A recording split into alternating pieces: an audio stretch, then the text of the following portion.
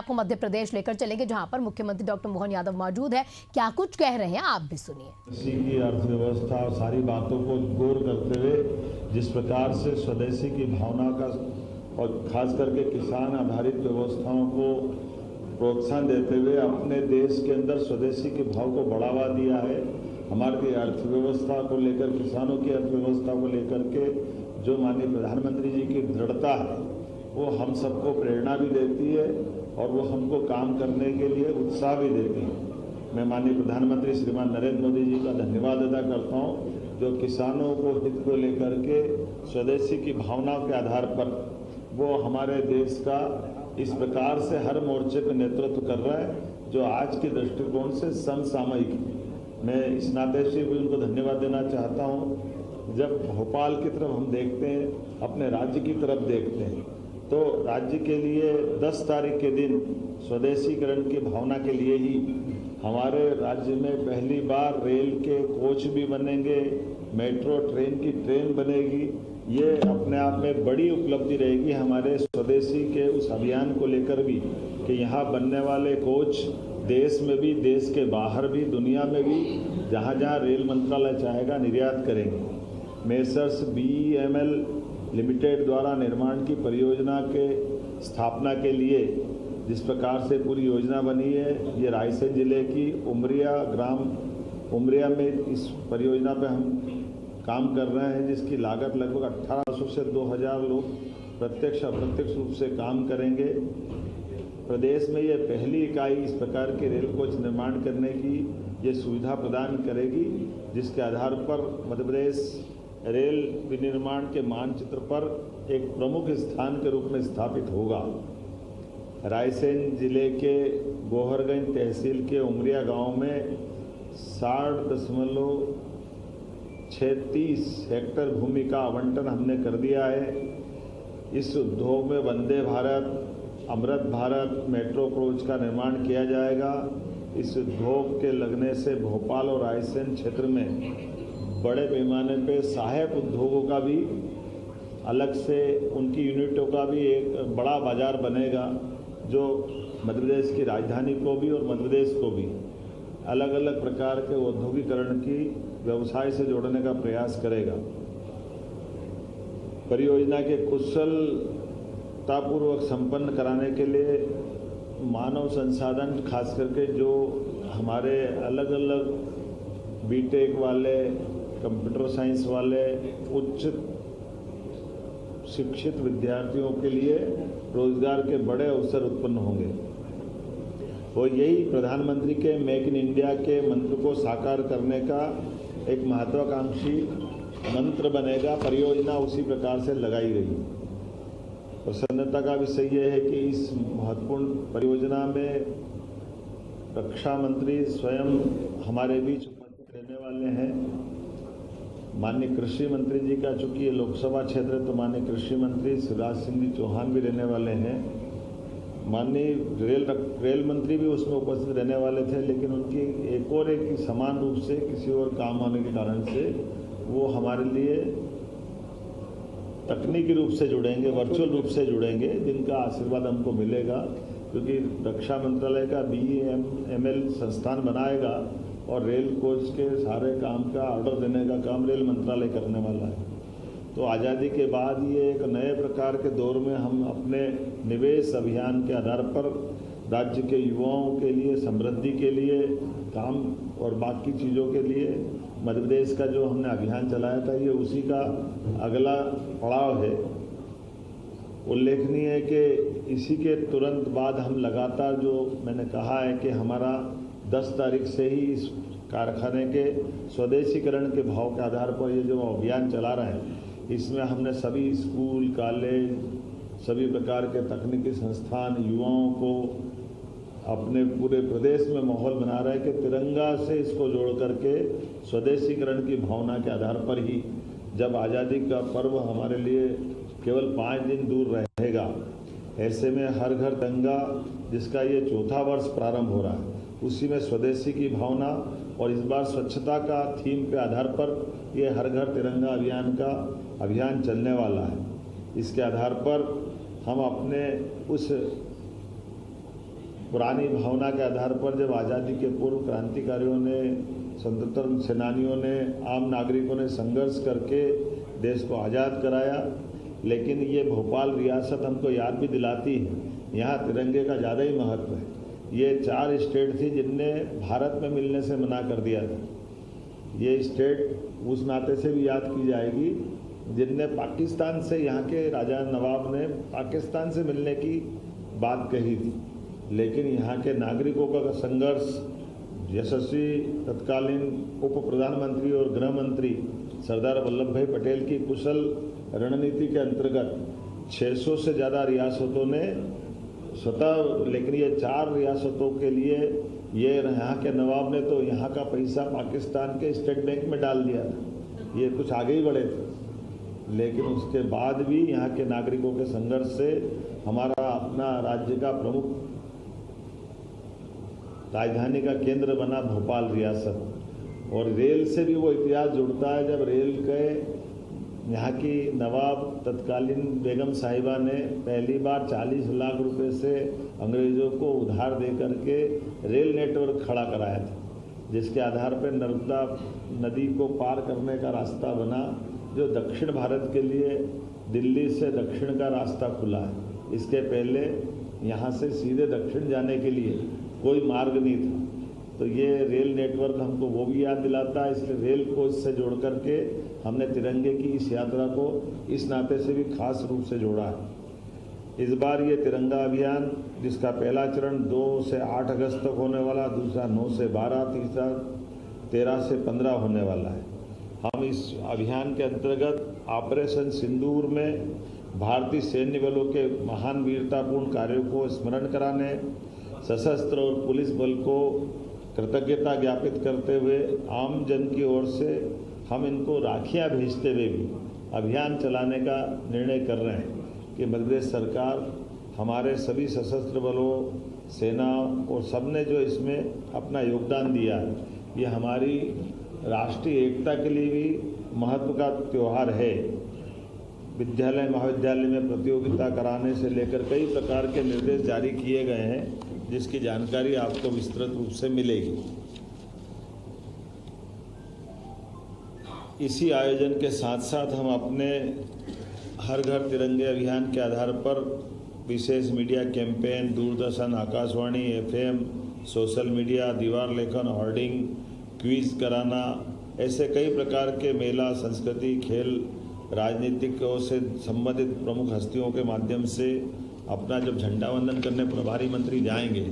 तो ये इसी अभियान का एक विस्तारीकरण रूप रहेगा। जब मैं आपसे बात कर रहा हूँ तो एक जानकारी और देना चाहूँगा, ये स्वदेशी का अभियान हम यहीं ख़त्म नहीं कर रहे हैं। इसके आधार पर जैसे मेट्रोपॉलिटन सिटी का अभी निर्माण हुआ है, जिसके आधार पर भोपाल का मेट्रोपॉलिटन एक्ट बनकर के विधानसभा से पारित हुआ है, इसी प्रकार से इंदौर, उज्जैन, धार, देवास का मेट्रोपॉलिटन एक्ट दूसरा बना है। तो जो हमने कहा था कि मेट्रोपॉलिटन केवल कागज़ पे नहीं रहेंगे, इसको विकास के कारवां से उसका भागीदार बनाएंगे। तो हम भाग्यशाली हैं, यहाँ माननीय राजनाथ सिंह जी के माध्यम से रेल कोच के निर्माण का एक बड़ा लाभ मिलेगा। ऐसे इंदौर, उज्जैन, धार मेट्रोपॉलिटन के लिए 25 तारीख को माननीय प्रधानमंत्री जी स्वयं आने वाले हैं, और इसी स्वदेशीकरण की भावना के आधार पर हमारे निमाड़ और झाबुआ, मालवा के कॉटन उत्पादन वाला क्षेत्र हमारा है किसानों का। ऐसे में गारमेंट्स का, टेक्सटाइल हब का PM मित्र पार्क के माध्यम से एक बड़ी आधारशिला रखने वाले माननीय प्रधानमंत्री जी, जो लगभग 2000 करोड़ से बड़ी परियोजना, जिसमें 1 लाख से ज़्यादा लोगों को रोज़गार मिलेगा, जहां कॉटन से धागा, धागे से कपड़ा और कपड़े से रेडीमेड गारमेंट सहित विदेश में भी कपड़े निर्यात किए जा सकेंगे। तो ये हमारे किसानों को लेकर के खास करके एक बड़ा पड़ाव रहेगा, जब हम अपने उत्पाद न केवल रॉ मटेरियल से उत्पाद और उत्पाद से निर्यात तक की बड़ी एक संकल्प के आधार पर अपने राज्य की समृद्धि का एक नया दरवाज़ा खोलेंगे। तो मैं आपके माध्यम से ये बधाई देना चाहता हूँ कि अभी इसी साल 25-25 में जब हमने GIS की थी, और GIS के करते करते जो कहा था कि हम अपने राज्य के अंदर लगातार उद्योग संवर्धन का औद्योगिक इकाइयों को स्थापना का सरकारी और गैर सरकारी सभी क्षेत्रों में जिस प्रकार से देश के अंदर हमने माहौल बनाया, विदेश से भी लोगों को आमंत्रित किया। अब ये रोज कमोबेश आप देख ही रहोगे, हमारा कहीं न कहीं अपने राज्य को समृद्धि के लिए रोजगार निवेश का और इस प्रकार से हमारा ये अभियान चल रहा है। तो जो कार्यक्रम होगा 25 तारीख को, ये वाकई अद्भुत कार्यक्रम होने वाला है, जिसमें माननीय प्रधानमंत्री जी पधारेंगे और उनका दौरा हमारे लिए उद्योग निवेश की दृष्टि से बहुत महत्वपूर्ण कदम रहेगा। इसी के साथ साथ हमारे लिए और भी भविष्य के और कुछ कार्यक्रम लिए, जैसे हमारी 14 अगस्त के दिन और आज 2 अपनी और महत्वपूर्ण तिथियां। अब यहाँ से निकल करके मैं नरसिंहगढ़ में लाडली बहनों के लिए अपनी इस माह की रकम डालने वाला हूँ, जो 1250 रुपया हमारी लाडली बहनों की राशि रहेगी। साथ ही साथ रक्षाबंधन के अवसर पर 250 रुपया अतिरिक्त रूप से हमारी सारी 1,27,00,000 बहनों के खाते में अलग से देने वाले हैं। इस गिफ्ट के माध्यम से बहनें अपने लिए साड़ी खरीदे, कोई उपहार लाए, वो अपने जीवन में, क्योंकि इतनी बड़ी संख्या है तो उनको अपन बहनों को समर्पित ये सरकार की भावना भी है। और ये एक तरह से इस सावन के महीने का हमारा बड़ा संकल्प भी दिखा रहा है। और इसी के तुरंत बाद, जब दिवाली के तुरंत बाद भाई दूज का पर्व आएगा, तो 1,500 रुपये महीना हम रेगुलर रूप से हर महीने हमारी सभी लाडली बहनों के खाते में डालना प्रारंभ कर देंगे। ये रक्षाबंधन का पर्व अपनी सभी बहनों को समर्पित रहने वाला है। और जो हमने पहले निर्णय किया था कि रक्षाबंधन के पहले 250 रुपये की राशि हम अलग से देने वाले हैं, तो ये अलग से देने का क्रम हमने राजगढ़ जिले के नरसिंहगढ़ में आज प्रारंभ किया है। मेरे साथ नरसिंहगढ़ राजगढ़ के 2 हमारे माननीय मंत्री मौजूद है, नारायण सिंह जी। इनके साथ 2 कार्यक्रम है, एक रायसेन के प्रभारी भी हैं, इसलिए BEML कोच का जहां हमारा ये नया कारखाना लगने वाला है, आप उसकी व्यवस्था भी देख रहे हैं। एक गौतम टेटवाल जी जो हमारे राजगढ़ जिले के सारंगपुर तहसील के माननीय विधायक भी हैं और बड़वानी और उज्जैन के प्रभारी भी हैं। आपके माध्यम से जो मेट्रोपॉलिटन का दूसरा क्रम चालू होगा, ऐसे में आप वहाँ के मेट्रोपॉलिटन की दृष्टि से भी ये जो हमारा दूसरा कारखाने का भूमि पूजन होने वाला, तो ये एक एक करके वो सारे रोजगार परक आज के समय के बड़े कारखाने जो मध्य प्रदेश को समृद्ध करेंगे, उस दिशा में भी हम आगे बढ़ रहे हैं। और उसी के साथ साथ एक और परिचय कराता हूँ, वक्फ बोर्ड के अध्यक्ष डॉक्टर सनबीर पटेल जी हमारे बीच मौजूद है। आपके माध्यम से भी भोपाल में भी और देश प्रदेश में भी हमारे सभी शासकीय संस्थानों के साथ हमारे सभी वर्गों का हम ध्यान रख रहे हैं, जिसके आधार पर उनकी ज़िंदगी बेहतर हो, रोज़गार मिले और हम आगे बढ़ पाएँ। मैं आज ये शॉर्ट टाइम में आपको बुलाने के लिए, क्योंकि हमको लगा कि आज के सीमित समय में ही हमको बात करना है। आज आपसे मिलने के तुरंत बाद मैं रक्षाबंधन का त्यौहार करूँगा और वहाँ से सीधा दिल्ली जाने वाला हूँ। दिल्ली में हमारे फॉरेस्ट के मंत्री माननीय भूपेंद्र यादव जी के साथ मेरी मीटिंग है। भविष्य में हमारे फॉरेस्ट के क्षेत्र में और कई प्रोजेक्ट आने वाले हैं जिस पे हम काम कर रहे हैं, और भी बाकी मंत्रियों के साथ भारत सरकार के माननीय प्रधानमंत्री श्रीमान नरेंद्र मोदी के नेतृत्व में जो डबल इंजन की सरकार चल रही है, ये लगातार ऐसे विकास के एक के बाद एक सौगातें देती जाएगी। मेरी अपनी ओर से आप सबको भी बधाई। छोटा जानकारी आपको और दे रहा हूँ, जो ये नया प्रयोग रहेगा, ये प्रयोग इस वर्ष 15 अगस्त का हमारा जो झंडा वंदन का कार्यक्रम रहेगा, उस झंडा वंदन में हमारे ज़िले की भी जानकारियाँ नीचे तक आ जाए, इसलिए हमने इस वर्ष का हमारा जो 15 अगस्त का कार्यक्रम लाइव होने वाला है, उस कार्यक्रम की डिज़ाइन ऐसी कर रहे हैं कि हमारे द्वारा संदेश तो जाएगा ही सही, जो मुख्यमंत्री का संदेश होता है तो वो लाइव प्रसारण भी रहेगा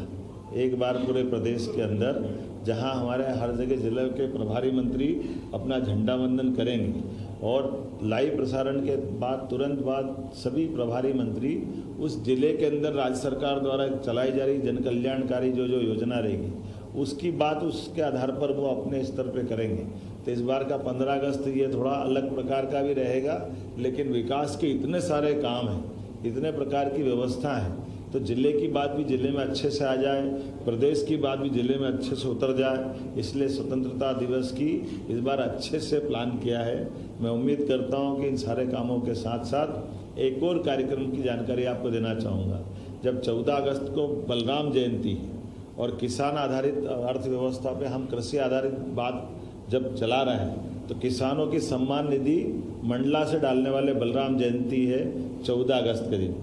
तो 14 अगस्त को बलराम जयंती की हमारे द्वारा ये एक बड़ी सौगात मिलने वाली है। और उसके बाद 15 अगस्त और 16 अगस्त तो जन्माष्टमी तक, जैसा कि आपने कल विधानसभा में भी देखा है कि हमने कृष्णायन करके जो भगवान कृष्ण की लीलाओं का महत्व गोकुल, वृंदावन, मथुरा में है या द्वारका में है, वही लीलाएं हमारे मध्य प्रदेश से भी जुड़ी हैं। तो भगवान कृष्ण ने जहाँ शिक्षा ग्रहण किए, वो उज्जैन, इंदौर के पास का जाना पाव नामक स्थान जहाँ भगवान कृष्ण को परशुराम जी ने सुदर्शन चक्र दिया है, या धार का वो अमझेरा नामक स्थान जहाँ भगवान माता रुक्मणी के हरण के टाइम बड़ा भारी युद्ध लड़ते हैं, या ऐसी और उल्लेखनीय घटना गरीब और अमीर की दोस्ती का सबसे बड़ा केंद्र कृष्ण सुदामा जी की दोस्ती वाला घटनाक्रम जो महिदपुर तहसील के नारायण नामक स्थान पर होता है। ऐसे स्थानों को हम तीर्थ भी बनाने वाले हैं और भगवान कृष्ण की लीलाओं के माध्यम से जन्माष्टमी को इनसे भी जोड़ने वाले हैं, ताकि भगवान कृष्ण के अनुयायी बड़ी संख्या में देश भर में है, प्रदेश में है। तो वो जो गोकुल, वृंदावन, मथुरा का महत्व है, द्वारका का महत्व है, वो हमारे प्रदेश के साथ भी है। तो धार्मिक पर्यटन को लेकर भी ये एक बड़ा अभियान हमारा चलने वाला है। बोलने के लिए तो बहुत कुछ है, लेकिन मैं मान के चलता हूँ कि आज के अवसर पर इतना कहना पर्याप्त है। मेरी अपनी ओर से एक बार फिर आप सबका अभिनंदन, बधाई।